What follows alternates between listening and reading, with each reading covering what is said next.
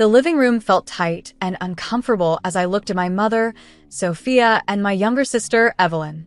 Evelyn had just announced that she and her husband, Alex, needed a place to stay because they were going through some tough times. My mom's face lit up with excitement, almost like a kid opening gifts on Christmas morning. "Of course, you two can stay here," Sophia said happily, wrapping Evelyn in a big, welcoming hug. "We'll make room for you, no problem." My heart sank. This was our home, a small, two-bedroom house that I had worked so hard to keep up. But, as always, my own needs seemed to come last. Trying to keep calm, I said, "Mom, can I talk to you for a minute?" I didn't want to sound upset, but it was hard to hide it. Without even looking at me, Sophia waved her hand dismissively. "Not now, Harper. We need to get the guest room ready for Evelyn and Alex," she said. Evelyn shot me a smug smile, clearly enjoying how she was getting all the attention. My fists clenched as anger bubbled up inside me. "This isn't just your decision," I said, raising my voice slightly.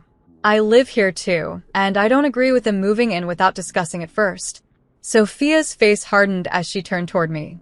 "Watch your tone, young lady," she warned. "Evelyn is family, and family comes first." "But what about me?" I asked, my voice cracking with hurt. "I've sacrificed so much to keep this household running, and you treat me like I'm just in the way." Sophia's eyes narrowed as she stepped closer, pointing her finger at me in an accusing way. "If you can't accept your sister's situation, then maybe you should find somewhere else to live." Her words hit me like a slap across the face. I saw Evelyn smirking behind her hand, clearly enjoying the drama she had stirred up. "Fine, Mom," I said, my voice shaking with both anger and pain. "Maybe I will." Without waiting for a response, I turned and stormed out of the living room, feeling hot tears welling up in my eyes. I had finally reached my breaking point. I went to my room, pacing back and forth as the tears streamed down my cheeks. How could my mom be so heartless? After everything I had done to keep our household going, she was pushing me aside to make room for Evelyn and her husband, who never seemed to hold down a job. A knock on the door interrupted my spiraling thoughts. It was Mom's voice on the other side, sounding irritated. "Harper, we need to talk about this." I threw open the door, glaring at her. "Talk about what?" "About how you're replacing me with your favorite daughter?" My mom's face grew stern. "Don't be so dramatic. Evelyn and Alex are going through a tough time, and they need our help." "Our help?" I scoffed, crossing my arms. "More like my help. I'm the one who's been paying half the bills around here, while Evelyn just drifts around, taking advantage of everyone." "Watch your mouth." Mom snapped, her tone sharp. "Evelyn is going through a difficult time. The least you could do is show some compassion." I let out a bitter laugh. "Compassion? That's rich coming from you. When was the last time you showed me any compassion?" Mom's eyes narrowed, and her face hardened. "You ungrateful brat. After everything I've done for you, everything you've done for me?" I shot back, my voice rising. "All you do is criticize me, put me down, and favor Evelyn no matter what she does. That's enough." Mom shouted, her face turning red with anger. "I won't have you talking to me like that in my own house." "Your house?" I retorted. "I've been the one holding this place together with my paychecks, while you bend over backward to please Evelyn." Mom's face twisted in anger. "If you can't show your sister some basic kindness, then maybe it's time you found your own place." Her words hit me so hard, it felt like all the air had been knocked out of my lungs. "You're kicking me out?" I asked, barely able to breathe. "If that's what it takes for you to learn some respect," Mom said coldly. In that moment, something inside me snapped. "Fine," I said, my voice trembling with barely contained rage. "I'll leave. But don't come crawling back to me when Evelyn and her deadbeat husband bleed you dry." Mom's eyes widened in surprise, but before she could respond, I slammed the door in her face. Hot tears ran down my cheeks as I realized I'd finally had enough.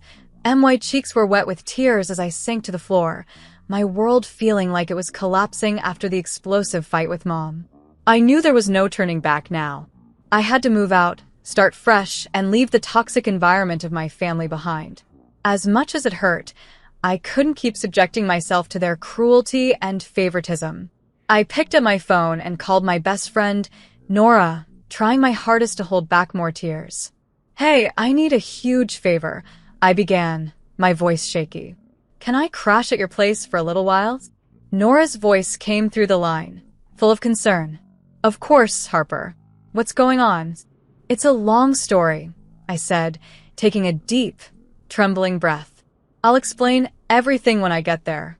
Is it okay if I come over tonight?" "Absolutely," Nora replied without missing a beat. "My door is always open for you." With Nora's comforting words in mind, I started packing up my things. It was a painful process, sorting through the pieces of my life in this house. The home I had worked so hard to keep going, only to be tossed aside like I was nothing. As I folded clothes and boxed up my personal items, memories flooded my mind. I thought about all the times I had sacrificed to make things run smoothly around here, the birthdays and holidays where my efforts were overlooked while Evelyn soaked up all of Mom's attention. Tears burned in my eyes, but I forced myself to blink them away. I couldn't fall apart now. I had to stay strong and carve out a new life, far away from the suffocating family dynamics that had kept me trapped for so long. A knock on my bedroom door startled me. "Harper, it's Alex," came the voice of Evelyn's husband. I tensed up immediately, dreading whatever he had to say. I knew all too well his smooth-talking and manipulation tactics. "What do you want?" I called out, my voice sharp. "Can we talk?" Alex asked, his tone overly calm and gentle. "I think there's been a misunderstanding." I scoffed and yanked the door open, glaring at him. "The only misunderstanding here is you two thinking you can just show up and take over my life." Alex held up his hands, trying to look harmless. "I get that this is a tough situation, but we really need your help right now. Evelyn and I are going through some rough times." "Rough times you brought on yourselves," I shot back, my anger surging. "Don't try to guilt me into enabling your irresponsible behavior." Alex's expression hardened. "Watch your tone, Harper. We're family, and family should support each other." I laughed bitterly. "Yeah? Tell that to Mom and Evelyn. They've made it pretty clear where I stand in this family." Before Alex could respond, I pushed past him, dragging my packed suitcase behind me. "I'm done with all of you. Don't even try to reel me back in." As I stepped out into the cool evening air, I felt a weight lift off my shoulders. For the first time in what felt like ages, I felt a small glimmer of hope for a future where I wouldn't be constantly belittled or taken for granted. When I arrived at Nora's apartment, she greeted me with a warm hug, taking my suitcase and guiding me inside. "I'm so sorry you're going through this, Harper," she said, her eyes filled with empathy. I gave her a weak smile, swallowing down another wave of tears. "Thank you for letting me stay. I just couldn't be around them anymore." Nora led me to her cozy living room, which felt like a safe haven compared to the tense, stifling atmosphere of my family home. "Make yourself at home," she said, gesturing to her plush couch. "Can I get you something to drink? Maybe a glass of wine." I shook my head, sinking into the soft cushions. "Just some water would be great. Thanks." As Nora went into the kitchen, I took a deep breath, allowing the reality of the past few hours to settle in. I was officially on my own, finally free from the toxic cycle that had drained me for so long. Nora came back with a glass of water and a warm, reassuring smile. "Whenever you're ready, I'm here to listen." I nodded, taking a sip of the cool water before letting out a long breath. Finally, I began to tell her the whole tangled story, Mom's blatant favoritism, Evelyn's entitled attitude, and that final explosive argument that led to my eviction, I said, letting it all pour out to Nora. She listened with a furrowed brow, clearly upset on my behalf. "I can't believe they treated you like that," Nora said, her voice filled with anger. "You've done nothing but support that family, and they just tossed you aside like it was nothing." "I know," I replied, my voice thick with emotion. "As painful as it is, I just can't keep putting myself through that kind of hurt." Nora reached over, giving my hand a comforting squeeze. "You're doing the right thing, Harper. It's time you started living for yourself." Her words resonated deeply, sparking a new determination within me. For so long, I had sacrificed my happiness and well-being for a family that didn't seem to appreciate me. But now, that chapter was finally closed. Over the next few days, I began settling into Nora's cozy spare bedroom. As I unpacked my belongings, it felt like I was uncovering parts of myself that had been buried under the weight of my family's expectations. Each item I put away seemed to free me a little bit more. I started exploring new interests, allowing myself to indulge in things I had always wanted to try. I joined a local book club, where I met people who shared my love of reading, and I even signed up for a beginner's pottery class. Pursuing activities just for my own enjoyment felt refreshing, like a weight had been lifted off my shoulders. There was no one judging me, no one criticizing my choices. I was free to simply enjoy myself. At work, I dove into my projects with renewed energy, putting my ideas forward confidently and impressing my boss with my dedication. For the first time in years, I felt a sense of pride and accomplishment that wasn't tied to pleasing anyone but myself. I was finally starting to see my own worth, separate from my family's opinions. As days turned into weeks, I felt the weight of my past slowly lift, replaced by a sense of freedom I hadn't known before. For once, I was living for me, and the future looked brighter than ever. Then, a few weeks after I had moved in with Nora, my phone started ringing off the hook. Each time, it was either Mom or Evelyn, leaving increasingly desperate voicemails, begging me to pick up. I ignored them, not ready to reopen that chapter of my life. I had finally begun to heal, and I didn't want to risk getting pulled back into the drama. One evening, as Nora and I were catching up over takeout, my phone rang again. I rolled my eyes, ready to silence it, but Nora stopped me with a gentle but firm look. "You should probably answer it," she said, giving me an encouraging nod. Maybe they finally have something important to say. With a heavy sigh, I picked up. "What do you want, Mom?" "Harper, thank goodness." Mom's frantic voice came through the line, sounding strained and panicked. "We're in big trouble here." A strange, bittersweet satisfaction settled in my chest at hearing the desperation in her tone. "Oh, really? What's the matter? Can't handle things without me around?" "It's not just that," Mom said, her voice filled with tension. "We're behind on the mortgage payments, and the utility companies are threatening to cut everything off." A dry, humorless laugh escaped my lips. "Gee, I wonder how that happened. Maybe you shouldn't have kicked out the person who was actually helping with the bills." "Harper, please," Mom pleaded, sounding desperate. "We need your help. We're barely scraping by." I felt a dark sense of satisfaction at their situation. After years of feeling dismissed and underappreciated, it was almost gratifying to hear that the tables had finally turned. "You know, Mom, this is exactly what I warned you about," I replied coldly. "You chose Evelyn over me, and now you're dealing with the consequences. I made a mistake, okay?" Mom's voice cracked, filled with emotion. "I'm sorry for how I treated you. Just please help us out, just this one time." I could hear Evelyn's muffled sobs in the background, and a small part of me felt a twinge of sympathy. But the years of hurt ran too deep, and I knew I couldn't allow myself to be pulled back in. "Sorry, Mom," I said, my voice steely. "You told me to leave, and that's exactly what I did. Now it's your turn to figure things out on your own." With that, I ended the call, ignoring the flood of texts and voicemails that followed. I was done with them, and finally free. Nora looked at me, her expression filled with both concern and understanding. "Are you okay?" she asked gently. I nodded, letting out a deep breath. "Yeah, I'm fine," I said, a quiet strength in my voice. "It's just satisfying to finally see them reaping the consequences." "For once," I said to Nora, feeling a strange mix of liberation and lingering guilt, "I'm standing up for myself. They made their bed, and now they have to lie in it." Nora gave me a supportive smile. "You have every right to stand your ground, Harper. They need to face the consequences of their choices."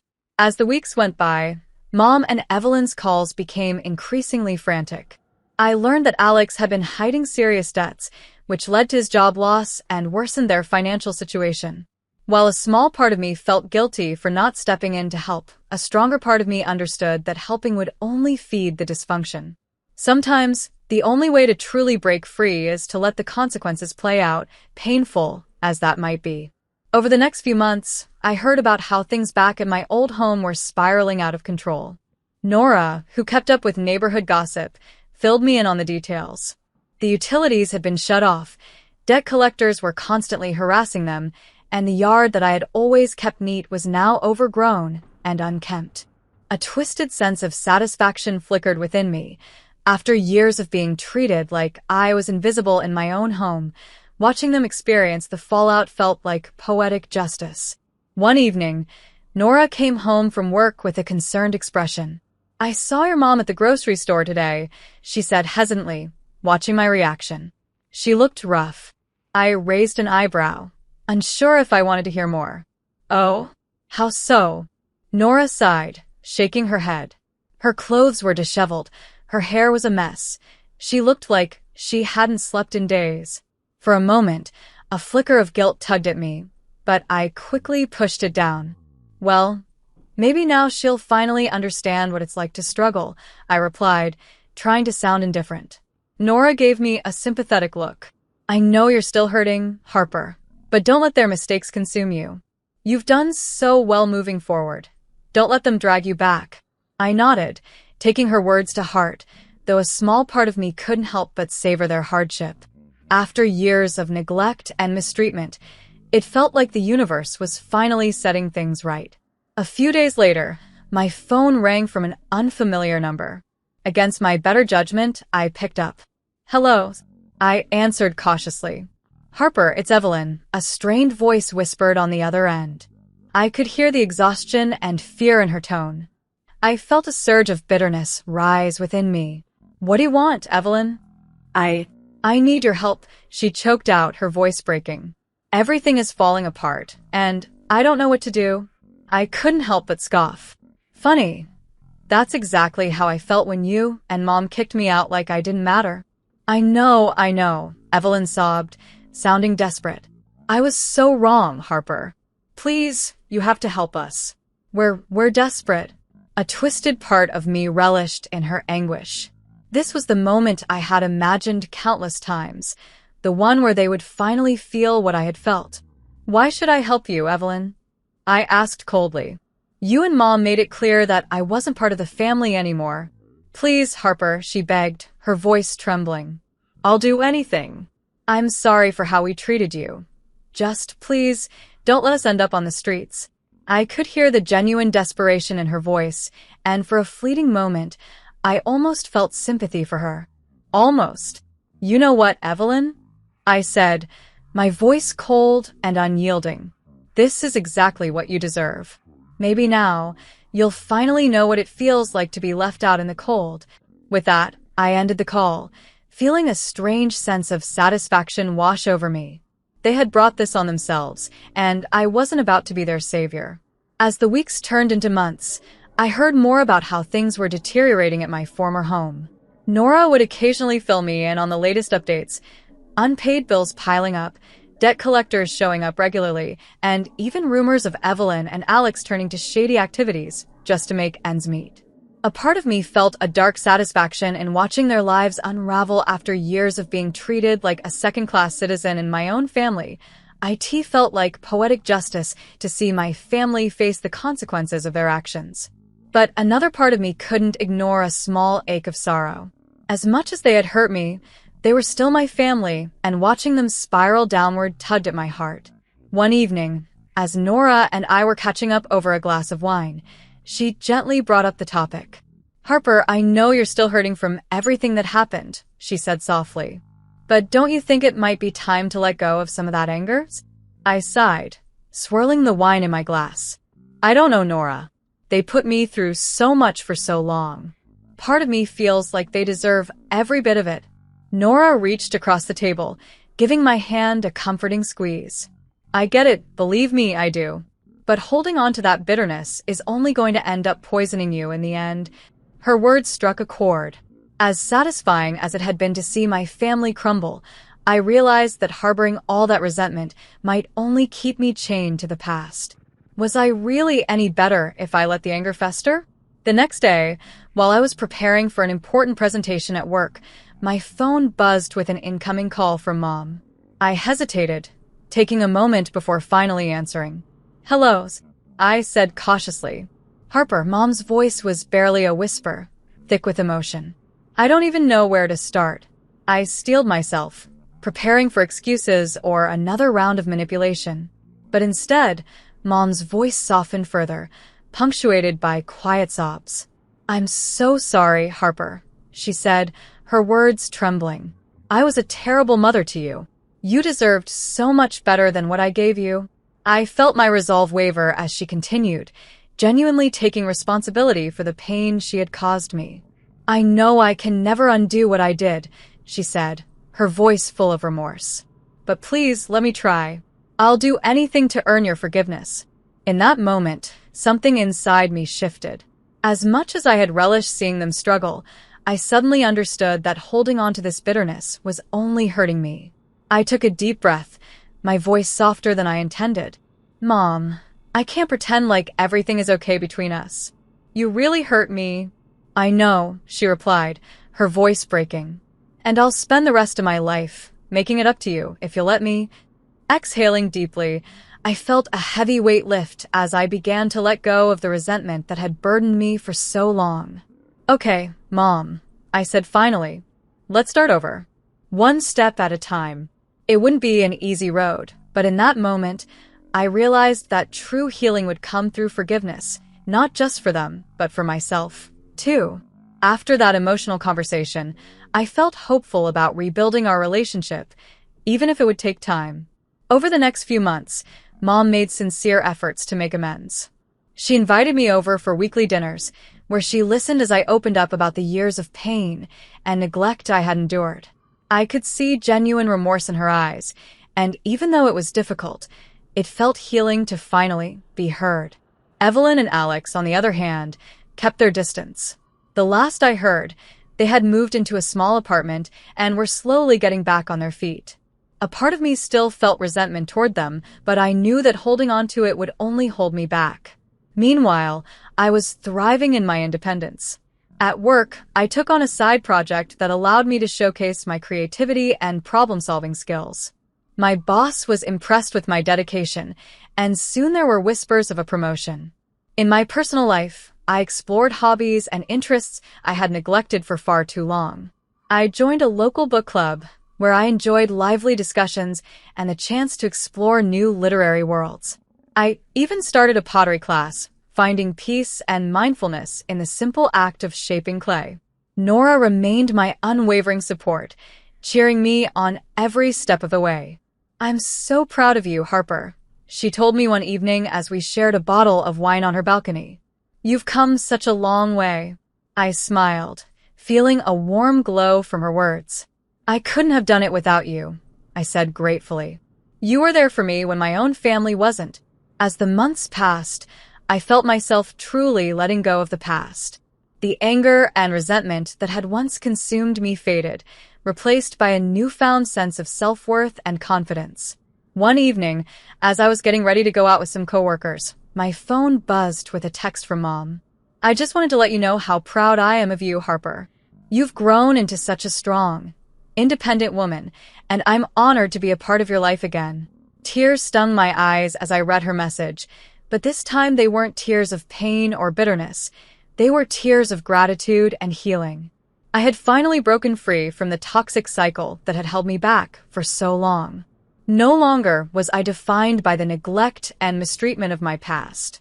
I was now forging my own path, surrounded by people who truly appreciated and supported me.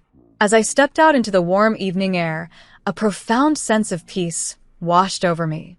The journey had been long and difficult, but I had emerged stronger, wiser, and more resilient than ever.